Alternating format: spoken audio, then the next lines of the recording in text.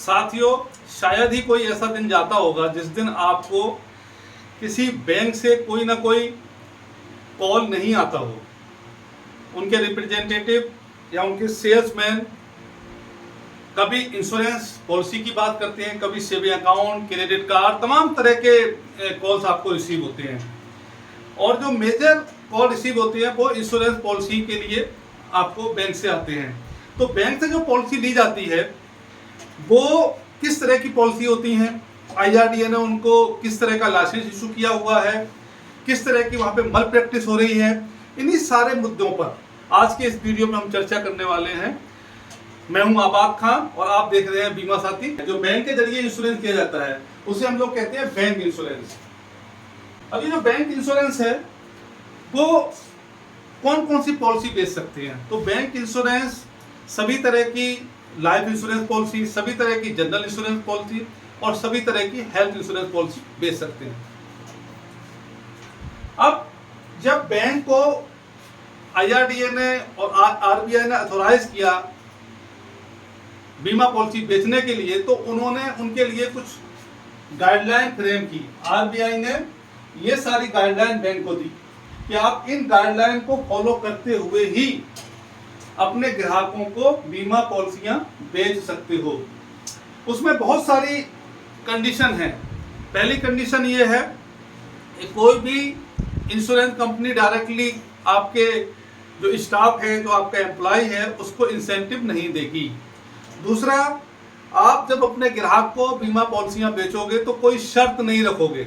आप ये नहीं कहोगे कि आपकी हम OT करा देंगे तो आपको एक पॉलिसी लेनी पड़ेगी। आप ये नहीं कह सकते कि हम आपको बैंक लोन देंगे, हम तभी देंगे जब इसकी जो बैंक लोन की पॉलिसी है वो आप हम ही से लोगे। इस तरह की शर्तें बिल्कुल ही RBI का जो गाइडलाइन है उसका उल्लंघन है। साथ ही साथ RBI ने इसमें एक महत्वपूर्ण बात ये भी कही कि एक मैकेनिज्म आप डेवलप करेंगे जो शिकायतें बीमा पॉलिसियों के संबंध में बैंक को प्राप्त होंगी उसका निपटारा होगा। उसका एक पूरा का पूरा सिस्टम बैंक को बनाना पड़ेगा। इसी तरह से अगर कोई मिस सेलिंग की वजह से किसी ग्राहक को कोई नुकसान होता है तो उसकी भरपाई भी बैंक इसी सिस्टम से करेगी। जैसे मैंने बताया वो सभी तरह के इंश्योरेंस प्रोडक्ट बेच सकते हैं। अब मेरे पास एक केस स्टडी आया है। इस केस स्टडी ने ही मुझे मजबूर कर दिया कि मैं इस तरह का एक वीडियो बनाऊं। बैंक की मिस सेलिंग की वजह से लोगों को किस तरह की परेशानियों का सामना करना पड़ सकता है, मैं एक केस स्टडी के जरिए आपको समझाने की कोशिश करता हूं। एक पर्सन ने अपना फ्लैट खरीदा। उस फ्लैट को खरीदने के बाद उन्होंने किसी बैंक से कांटेक्ट किया कि हमें अपने फ्लैट के ऊपर होम लोन चाहिए, और बैंक एम्प्लॉय ने उनको 23,92,532 रुपए का 19/5/2018 को लोन सैंक्शन कर दिया। साथ में उन्होंने शर्त रखी कि ये जो लोन के अगेंस्ट में जो इंश्योरेंस है वो भी आपको हमी से लेना है। तो ग्राहक क्या करता? ग्राहक ने कहा ओके आप दे दीजिए। उन्होंने ग्राहक के बिहाफ पे 63,722 रुपया प्रीमियम इंश्योरेंस कंपनी को दे दिया और उनकी पॉलिसी 29/5/2018 से लेकर 28/5/2023 तक की बना दी गई। 6/5/2021 को 6 मई 2021 को इस भाई की कोरोना में डेथ हो जाती है। अपनी मृत्यु से पहले जितनी भी EMI बैंक की आती थी, जो मंथली किस्त बैंक की आती थी लोन की, ये भाई अदा करता गया। कोई भी ड्यू इसके ऊपर नहीं था। जब इसकी डेथ हो गई तो इसकी फैमिली ने बैंक को अप्रोच किया, इंश्योरेंस कंपनी को अप्रोच किया कि मेरे हस्बैंड की डेथ हो गई है, आगे की EMI मैं देने में असमर्थ हूँ, लिहाजा जो आगे की EMI है वो आप इंश्योरेंस कंपनी से रिकवर कर लो। इंश्योरेंस कंपनी ने उसका क्लेम रिजेक्ट कर दिया। रिजेक्ट किस ग्राउंड पे किया? इंश्योरेंस कंपनी का कहना था कि हमारी जो पॉलिसी है वो पहला हार्ट अटैक कवर करती है, यानी कि कोई भी मनुष्य अगर पहले हार्ट अटैक में उसकी डेथ हो गई तब तो उसकी फैमिली को क्लेम मिलेगा, या जो बैंक ने उसके अगेंस्ट में लोन ले लिया है तो बैंक को वो भरपाई होगी। अगर उसके बाद डेथ होती है, सेकंड हार्ट अटैक में होती है या थर्ड हार्ट अटैक में होती है, तो वो पॉलिसी कवर नहीं कर रही थी। इस तरह की पॉलिसी बैंक एम्प्लॉय ने इस लेडी के हस्बैंड को बनाई हुई थी। अब बैंक अपना पैसा चाहता है, इंश्योरेंस कंपनी ने इसका क्लेम रिजेक्ट कर दिया है। अब ये विधवा दर दर की ठोकरें खा रही है, ना तो बैंक वाले सुन रहे हैं इसकी बात, ना इंश्योरेंस कंपनी वाले सुन रहे हैं। अब ये ऐसे में क्या करे? अब मेरा सवाल है इस केस स्टडी के बाद,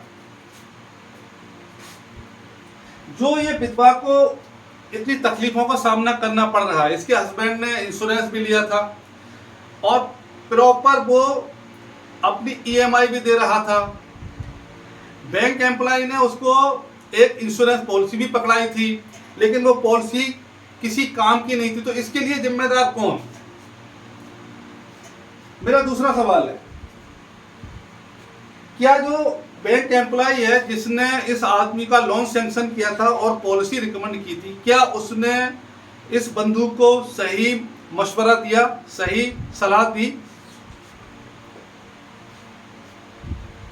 मेरा तीसरा क्वेश्चन है कि अगर ये बैंक एम्प्लॉय इस क्लाइंट को प्रॉपर एडवाइस कर देता कि आपकी पॉलिसी में सिर्फ हम सेकंड हार्ट अटैक ही कवर करेंगे, तो क्या ये बंदा इस बैंक एम्प्लॉय के जरिए पॉलिसी खरीदता?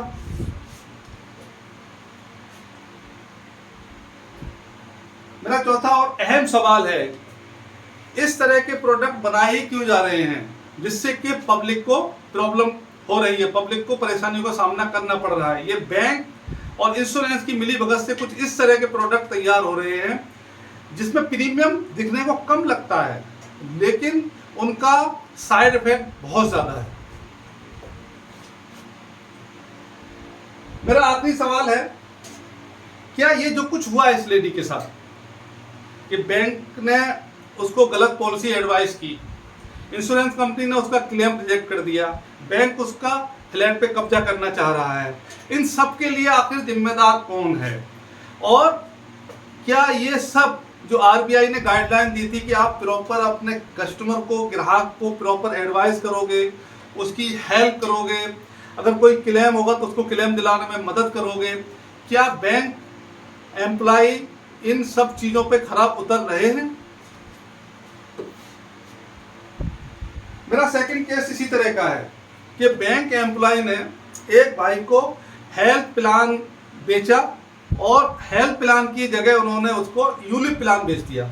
उनका कहना है कि जैसे जैसे शेयर बाजार में आपका पैसा लगा है, जैसे जैसे बढ़ेगा आपका सम स्रोत बढ़ता जाएगा। अब मेरा सिंपल क्वेश्चन है, अगर शेयर बाजार नीचे आ गया तो जिसने हेल्थ पॉलिसी ली है उसका क्या होगा? यानी कि गलत पॉलिसी एडवाइस की गई बैंक के जरिए। तो बैंक एम्प्लॉय बहुत अलग अलग तरह की अजीब अजीब किस्म की पॉलिसियां मार्केट में लेके आ रहे हैं। उनका प्रीमियम देखने में कम होता है, लेकिन वो किसी भी काम की नहीं होती है, बल्कि ग्राहकों को बहुत ज्यादा उससे हानि हो रही है।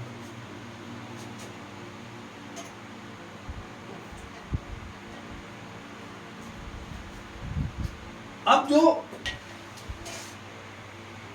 एक्चुअल में जो नॉर्म्स हैं आईआरडीए के किसी भी इंश्योरेंस कंपनी के लिए, वो क्या है? वो ये हैं कि लाइफ इंश्योरेंस कंपनी सिर्फ लाइफ इंश्योरेंस प्रोडक्ट बेच सकती है, जनरल इंश्योरेंस कंपनी सिर्फ जनरल इंश्योरेंस प्रोडक्ट बेच सकती है, और हेल्थ इंश्योरेंस कंपनी सिर्फ हेल्थ इंश्योरेंस प्रोडक्ट बेच सकती है। अब मल प्रैक्टिस क्या चली यहाँ पे, जो मैंने पहला केस आपको बताया था, वहां पर एक्चुअल में बैंक एम्प्लॉय ने जनरल इंश्योरेंस कंपनी की पॉलिसी उस बंधु को पकड़ा दी। उसको एक्चुअल में देना चाहिए था लाइफ इंश्योरेंस की पॉलिसी।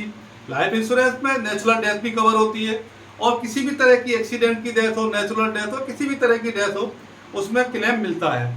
लेकिन इस बैंक एम्प्लॉय ने उसको जनरल इंश्योरेंस कंपनी की पॉलिसी पकड़ा दी। General insurance company accident death cover करती है, साथ में क्रिटिकल इलनेस राइडर उसको दे दिया कि अगर सेकंड अटैक में आपकी डेथ होगी तो हम क्लेम नहीं देंगे, फर्स्ट अटैक में होगी तो हम दे देंगे। इस तरह का क्लिनिकल राइडर जो है वो कोई भी इंश्योरेंस कंपनी बेच सकती है। वो जनरल इंश्योरेंस कंपनी भी बेच सकती है, वो लाइफ इंश्योरेंस कंपनी भी बेच सकती है, वो हेल्थ इंश्योरेंस कंपनी भी बेच सकती है। तो कंपनियां इंश्योरेंस कंपनियां और बैंक मिलकर इसी तरह की इसी चीज़ों का फायदा उठा रही है। वो क्रिटिकल इलनेस को लाइफ इंश्योरेंस प्रोडक्ट के साथ भी जोड़ देते हैं, जनरल इंश्योरेंस प्रोडक्ट के साथ भी जोड़ देते हैं और हेल्थ इंश्योरेंस प्रोडक्ट के साथ भी जोड़ देते हैं। अब जो पहला केस था उसमें प्रॉपर लाइफ इंश्योरेंस पॉलिसी उसको देना चाहिए थी, जो कि जनरल इंश्योरेंस पॉलिसी उसको दी गई। जो दूसरा केस था उसमें प्रॉपर हेल्थ इंश्योरेंस पॉलिसी ग्राहक को देनी चाहिए थी, जो कि बैंक ने अपने ग्राहक को unit link policy life insurance की पकड़ा दी। अब मेरा सिंपल क्वेश्चन है कि अगर किसी सुनार को कह दिया जाए कि आप लोहार का काम कर लो, तो क्या वो प्रॉपर कर पाएगा? या किसी लोहार से कहा जाए कि वो सुनार का काम कर ले, क्या वो प्रॉपर कर पाएगा? मेरा कहने का मतलब है कि वो नहीं कर पाएगा। जिसका जो काम है उसी में उसकी एक्सपर्टीज होती है, लिहाजा वो दूसरा काम प्रॉपर नहीं कर पाएगा। अब इसमें प्रोपोर्शन क्या लेना है? बैंक में जब आप घुसते हैं तो बहुत सारे एम्प्लॉइज, उनके सेल्समैन आपको घेर लेते हैं। ये इंश्योरेंस पॉलिसी, वो इंश्योरेंस पॉलिसी, ये बैंक का सेविंग अकाउंट, ये क्रेडिट अकाउंट, ये क्रेडिट कार्ड, बहुत सारी चीज़ें, बहुत सारे प्रोडक्ट लेके वो आपके सामने खड़े रहते हैं। बहुत सारे प्रलोभन देके, बहुत सारे लालच देके आपको पॉलिसियां बेचने की कोशिश करती हैं। तो हमें ऐसे में प्रिकॉशंस क्या लेना चाहिए? Select insurance product carefully. जो इंश्योरेंस का प्रोडक्ट आप खरीदने जा रहे हैं उनको बहुत सोच समझ के उसको सेलेक्ट करिए। If not aware about insurance product, take help of good insurance brokers and agents. अगर आपको इंश्योरेंस की नॉलेज नहीं है तो अपने किसी अच्छे एजेंट से या अच्छे ब्रोकर से मशवरा परामर्श जरूर करिए। Put some question before bank employee about insurance, and if you are not satisfied about the insurance knowledge, don't purchase insurance from bank. दो चार क्वेश्चन करिए, दो चार क्वेरी रखिए बैंक एम्प्लॉय के सामने। अगर वो प्रॉपर रिस्पॉन्ड नहीं करता है, प्रॉपर जवाब नहीं देता है, तो आप समझ जाएंगे कि इसको इंश्योरेंस की नॉलेज नहीं है। अगर उसको इंश्योरेंस की नॉलेज नहीं है तो कृपया करके उससे बीमा पॉलिसी ना खरीदें। कुछ लोगों को गलतफहमी होती है कि बैंक जो है इंश्योरेंस कंपनी है। मैं आपको बताऊं, बैंक इंश्योरेंस कंपनी नहीं है। बैंक भी उसी तरह से काम करती है जिस तरह से कोई एजेंट या ब्रोकर करता है। इसलिए इस गलतफहमी में मत रहना कि हम बैंक से जो पॉलिसी खरीद रहे हैं वो बिल्कुल सेफ और सुरक्षित होगी। वहां पर भी पूरा का पूरा फ्रॉड होने के चांस है, क्योंकि बैंक में आजकल बहुत ज्यादा मिस सेलिंग हो रही है। मल प्रैक्टिस बहुत चरम सीमा पर है। इसलिए हमारी जिम्मेदारी है कि हम इस तरह के वीडियो बना के पब्लिक अवेयरनेस के वीडियो बना, ताकि पब्लिक सतर्क रहे और कोई भी इंश्योरेंस प्रोडक्ट खरीदने से पहले इंश्योरेंस की जिस बंदे को नॉलेज हो उसी से खरीदें। ये था मेरा आज का वीडियो। आपको ये वीडियो कैसे लगा इसके बारे में कमेंट बॉक्स में जरूर लिखिए। मेरी कोशिश है कि मैं इंश्योरेंस अवेयरनेस के बहुत सारे प्रोग्राम आप लोगों के लिए लाता रहूं, ताकि जो हमारे आम जन हैं वो इन जो फ्रॉड हो रहे हैं बैंक के जरिए या दूसरे जरिए, जो दूसरे तरीके से जो लोगों को लूटा जा रहा है, लोगों के साथ फ्रॉड हो रहे हैं, उसके लिए लोग सतर्क रहें और इनसे होशियार रहें। धन्यवाद।